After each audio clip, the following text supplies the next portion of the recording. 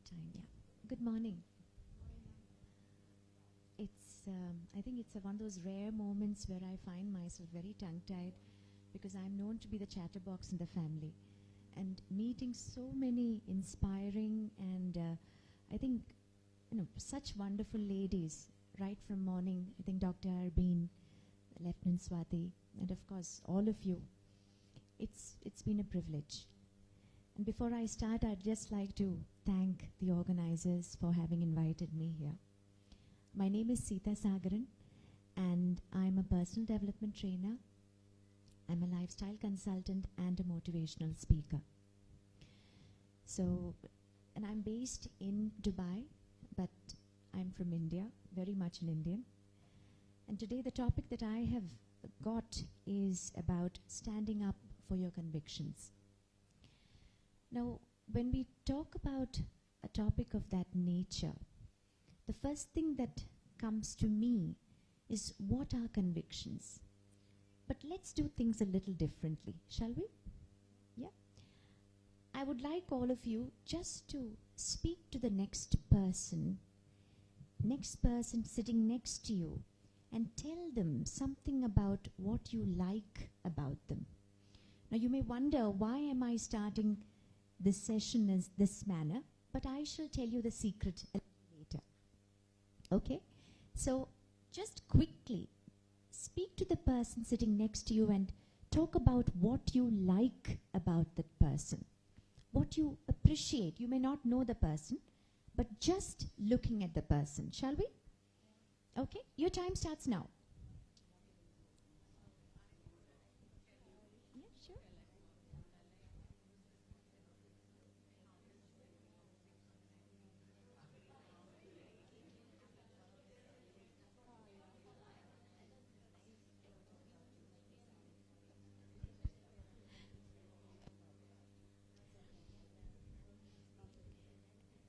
Okay, I think you all have lots of nice things to tell to the other person. Yes. So what crossed your mind when you received something nice from someone else, even if it had been a compliment? It probably gave you the idea that the person's character is friendly. The person is charming, correct? And this is where the character importance comes in when we talk about convictions.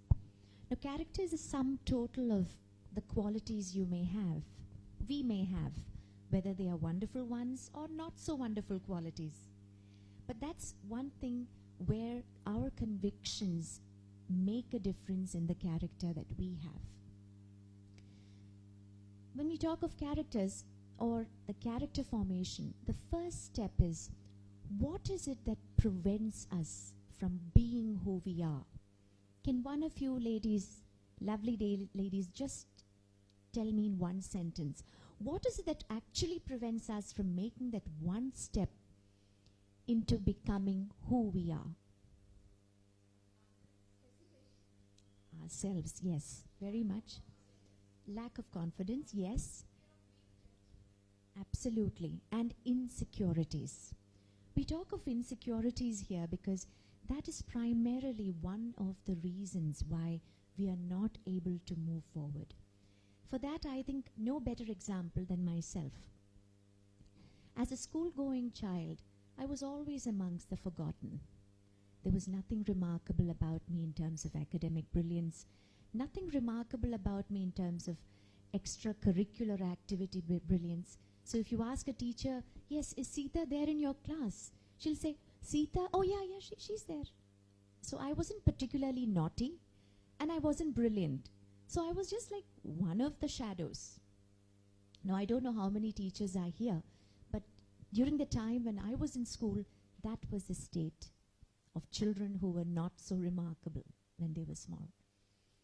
So what is different over here when we think of convictions is, how are we able to build up convictions? Through this journey that I have been through, it was my dad who, despite all those parent-teacher meetings where the teachers would just say, yes, Mrs. Sagaran, yes, she's careless, has to work hard. And my dad would never lose his smile. He would just say, Thank you very much. And I would just wonder, God, the way he would react as though the teacher just said, what a brilliant girl you have. But the fact is, and every time he would just tell me, Seetha, you just do the best that you are able to. Believe that you can do it. And you will be able to. So I used to, of course, just listen to this, and it would go out from this, because I was never motivated. And I was always insecure, because I would see children in my class do extremely well. And there I would be just forgotten. Years later, many, many years later, I joined an organization called Toastmasters. Toastmasters I joined probably around 15 years back. And the first person whom I would say had helped me make the journey that I am a part of today is my dad. And Toastmasters helped me a lot as well. Toastmasters is an organization. How many of you know Toastmasters here? Wonderful, wonderful. So I don't really have to mention much except a brief detail about the importance of Toastmasters in a person's life. It's a non-profit making organization that promotes leadership and communication skills. So through this journey, I started realizing, no, I think if I put my mind to it, like what my dad has said, probably something will work out and I would be able to do something. Sorry. That is when I realized how much insecurities play a role, because despite all the motivation the dad has given me, I used to still find myself holding back. I used to still crave appreciation. For example, if I'm doing something, unless someone says, hey, good job, I would feel, no one told me good job. Am I not doing it right? It's once again when the confidence factor plays a role. And we once again start questioning the values we have. What are our core values? Are we willing to stand by it? Are we willing to speak out for the core values that we have? And a little, actually it was after my degree, many years after that, I went through a crisis. And in that crisis, it questioned my convictions about who am I? Am I really doing what I'm supposed to be doing in this planet? Am I being of any use, whether to myself or to others? Because I think primarily when you talk about progress, is not about us making progress. All of the lovely people here who are today are empowering others. And that is what progress actually means. And that is when I realized that success is not about us. It's about making a difference in the world that we are in. The lovely ladies who just spoke before me, they were all just talking about the very same subject. So probably in many of your cases you may have learned much earlier about having your convictions, moving forward based on them. I was like one of those late bloomers. But then, as you would say, it's better late than never. And coincidentally, today happens to be my father's birthday. Thank you. He's no longer on this planet because 2 years ago he had passed away from cancer. And in his death also, during that time also, his death also taught me a lot. Because when we found out that he had stomach cancer, he was constantly being positive, believing that he would be able to overcome the disease that he was having. But unfortunately, he wasn't able to. And talking about convictions, I look at his own life. Sure. I look at his own life and I realize that many a time he didn't receive the appreciation or the interest from others. But he would always stand up for what he believed in and helped out people. Never mind if they are accepting or appreciating. So all of you here, the wonderful people who are, please stand up for your convictions because nobody else will. Any questions?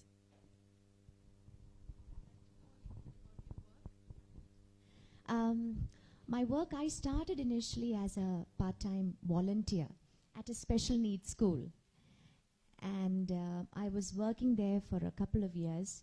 And that's when I realized I would like to learn, get a diploma so I'm able to help the children a little more better, more effectively. So I did that, and a little while later I got into social work, giving talks to institutes, the caretakers, the volunteers of orphanages, and also the home for the elderly. And then I got into training. I got into training, three actually segments. One is the professional segments, that's the corporates, and one is the educational institutions, and one again, I would say something very close to my heart, social welfare organizations. And it's primarily targeting personal development. Roadblock that she had.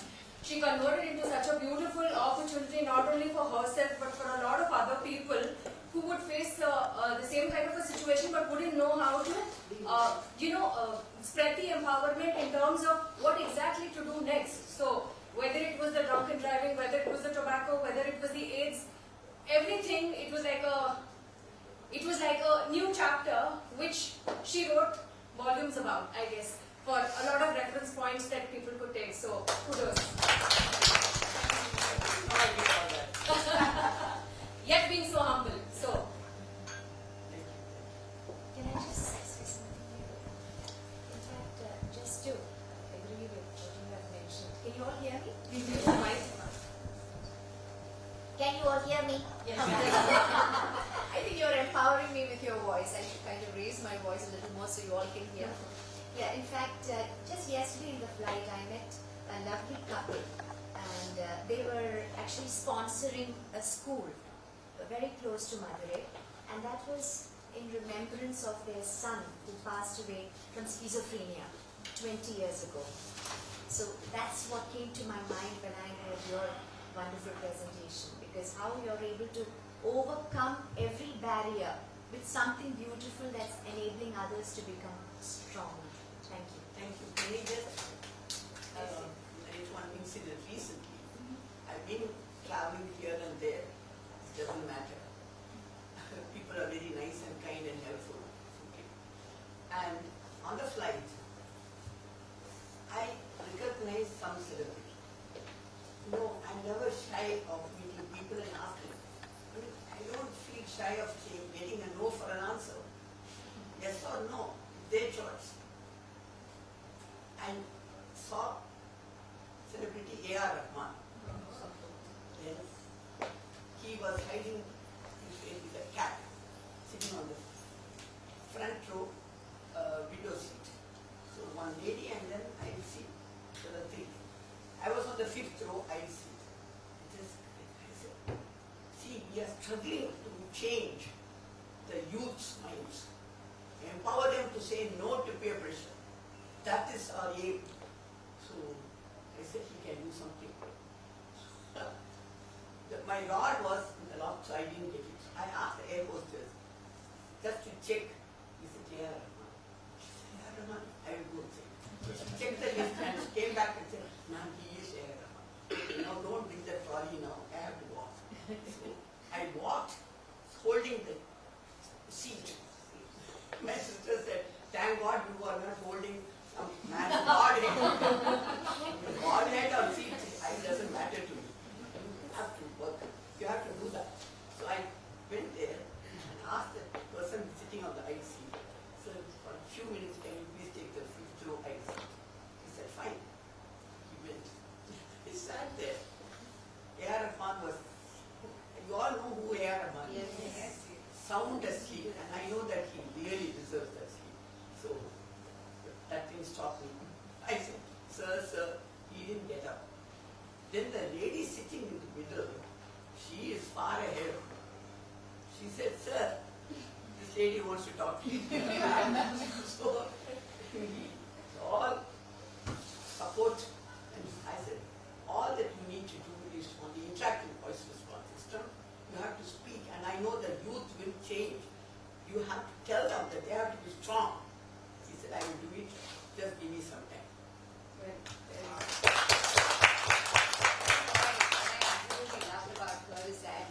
I lost my dad about 2-3 years ago, and even today when I speak, my voice shakes. I've got tears in my eyes, and I feel he was 77. It wasn't that he was particularly but I still feel a deep sense of grief. But what I loved about her is she spoke about the passing away of her 45-year-old son with so much of positivity, even standing there. I mean, that requires a lot of determination. Very easy for us to get emotional and, grief-stricken. But look at the way she's turned that around, and look at the way she's talking about it today without a tear in her eye. Probably her grief is inside her. But look at the strength that she brings to the table. I've really learned that.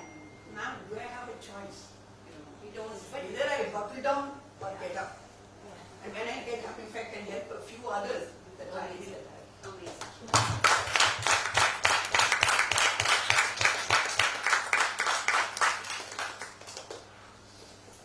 We move on to the next.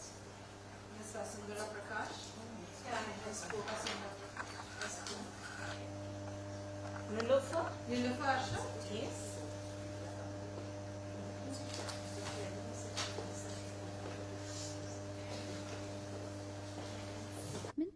Career development and workplace management.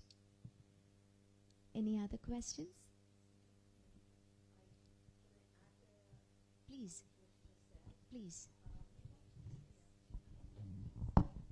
It's not a question, but it's only maybe a little exercise of how one is able to become more confident than you are. Like you said, that you were neither brilliant nor not so bad, and yet you became what you are, and you built up your convictions to make what you are. Now, I was always born as a confident, boisterous young child.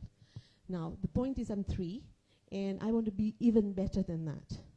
More boisterous, more passionate, and more confident. So and now I talk about, I've got 10 mantras of empowering others, inspiring women, and I teach others as to what they should do. My first mantra is what I'd like to add, if that's okay, is to say, stand in the front of the mirror and look at your reflection and say, I believe in me. Do you believe in me? I believe in me. Do you believe in me? Now, what is the mirror going to say to you? Obviously, nothing. But by doing that first thing in the morning, after I've brushed my teeth, I can see that my reflection is saying, I believe in me. So when I leave, I have believed in myself. And therefore, my convictions are then taken to a greater stance, and you become even more confident and even more boisterous. Thank you.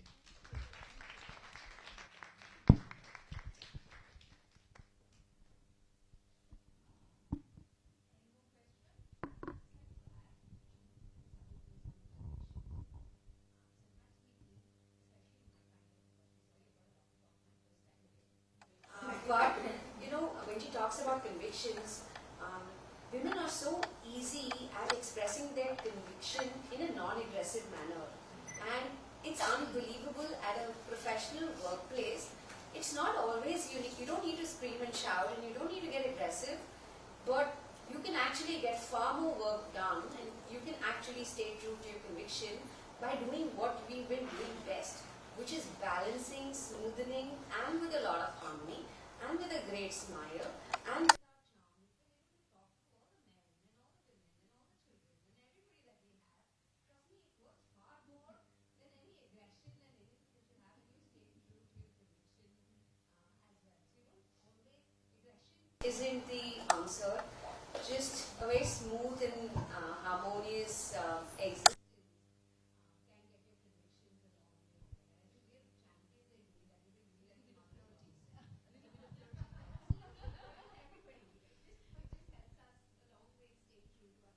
Absolutely. I'd just like to add here, with the permission, please. In fact, what I was about to say is not exactly about flirting, but it was more about anger management here. Because when you talk about convictions, I remember a couple of years ago, my son was getting enrolled for a program, and I spoke to the person in charge, and the moment I said, hello, yes please, I'm so-and-so, I'm Arvind's mother, and it's regarding the admission. Ma'am, we are not able to take your child. Please do not bother, it's not possible. So I had 2 choices. Either I convey my anger, but will I be able to get my child admitted? So we have two choices basically. And I think that's where the convictions matter, because it's not about putting someone in their place, but it's about how we are able to get something successfully done. So I said, can you please check and get back, because I was assured a seat for my son. He said, okay, fine, if that's what you want, and just bang the phone down. A few minutes later, he called up and said, ma'am, and he wasn't very happy about it, but that's okay with me. He said, ma'am, your son has got the place. He can come. I said, thank you so much. Have a wonderful day. So I think it's about perfect. Thank you.